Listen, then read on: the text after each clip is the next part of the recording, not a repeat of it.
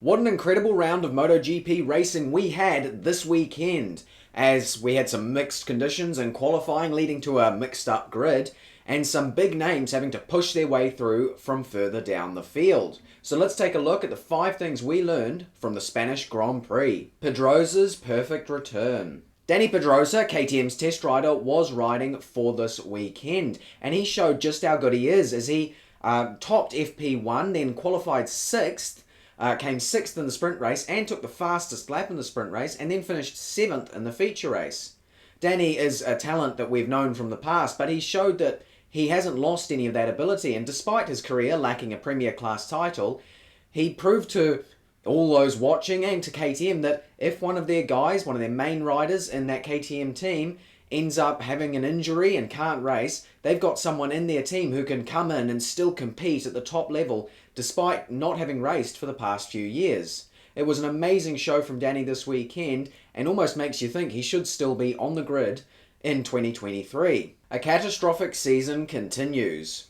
Fabio Quartararo's difficult season continued this weekend in Jerez as he struggled through practice 1 and practice 2, which meant that he had to qualify in Q1. He started from 16th on the grid and the races wouldn't go much better.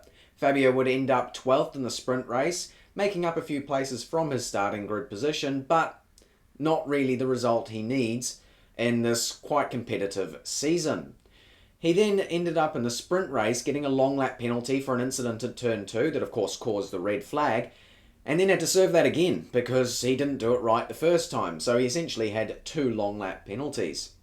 It's a difficult weekend all around for Fabio, and it seems that the progress made in Kota hasn't come through to Jerez, and so hopefully he can get himself to improve in the test and find something with that Yamaha, but currently it looks like they're going to continue struggling this season. Bagnaia back on top. Our world champion, Pecco Bagnaia, also was having a difficult time through practice 1 and practice 2, having to progress through Q1 into Q2. It had been difficult for Bagnaia all weekend as he complained of having a bike that was too unstable, in direct contradiction to what he'd said at Kota, where the bike was apparently too stable and had caused him to crash. That mixed signal aside, Bagnaia did recover to have an excellent weekend as he qualified in 5th, which was alright, but then took 2nd in the sprint race and of course 1st in the feature race. It means that the title lead is back where it probably should have been this whole time, as Bagnaia is back on top. A KTM dream. KTM had an almost perfect weekend this weekend. Against my personal expectations, I thought that they would struggle. I've waxed lyrical plenty of times about Brad Binder, but his ride this weekend was phenomenal. He qualified in 4th and then managed to take 1st in the sprint race and then 2nd in the feature race, and the way he was riding that bike, sliding it around, was truly incredible. On the other side of the garage, obviously Jack Miller also did an amazing job. 2/3 is highly impressive and shows that this move to KTM was probably the right one for him.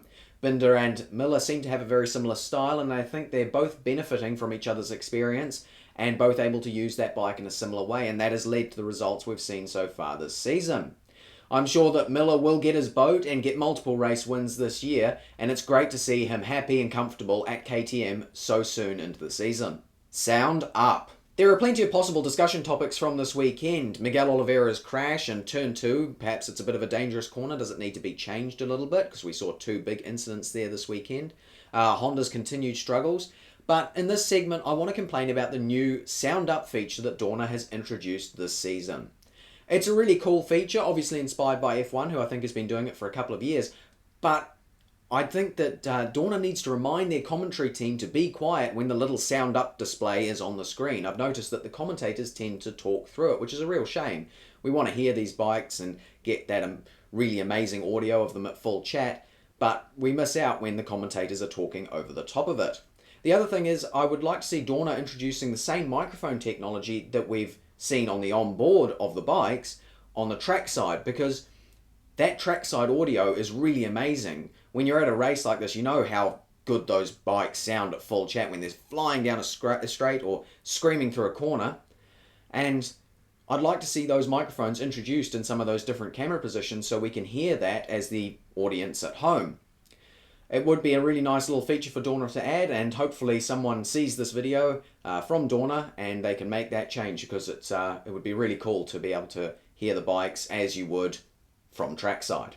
Rider of the weekend. My rider of the weekend for this weekend goes to the previously discussed Dani Pedrosa, for him to essentially come out of retirement and come out of test riding, which is a very different thing from racing, and get a 6th and a 7th in the races, qualify so well, just do so well throughout the whole weekend is really incredible, and so he's my rider of the weekend. Struggle of the weekend. Joan Mir gets my struggle of the weekend. It was just a difficult weekend all around for him. I didn't even really notice him, and it's not really any different to what we've seen over the past few rounds, but for him to be floundering down at the back is really sad to see. He is a world champion after all. And yeah, I think it was something like his 8th crash of the season. He's just seemingly crashed out in every single round. It's just not been good. Really, really big shame. And hopefully we can see a little bit more from him in the future. And finally, on to my pre-race predictions. So my first prediction was that Enea Bastianini would get on the podium.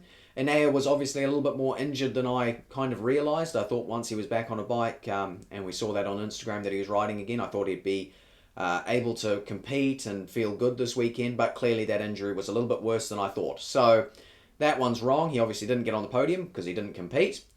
And yeah, 0 points for that one. My second prediction was that Taka Nakagami would get in the top 10 in the feature race, and he did. Good job from Taka. He crashed out in the sprint, but in that feature race, benefiting from Vignales crashing and obviously a few other crashes ahead, he did manage a top 10, which is really cool to see. He was the top Honda this weekend. And my final prediction pre-race was that Bagnaia would take the race win. I thought it would actually be a really easy race win for Bagnaia, but because of his struggles in practice and qualifying, it wasn't quite as easy as I thought for him. But he did take an impressive race win in Jerez, kind of getting back to where we expect him to be. We'll see if that consistency can continue over the next few rounds. Alright, that's 5 things we learned from the Spanish Grand Prix. I hope you enjoyed this video. If you did, like and subscribe and all of that stuff. Comment anything else that I missed down in the comment section below. Thank you very much for watching. Goodbye.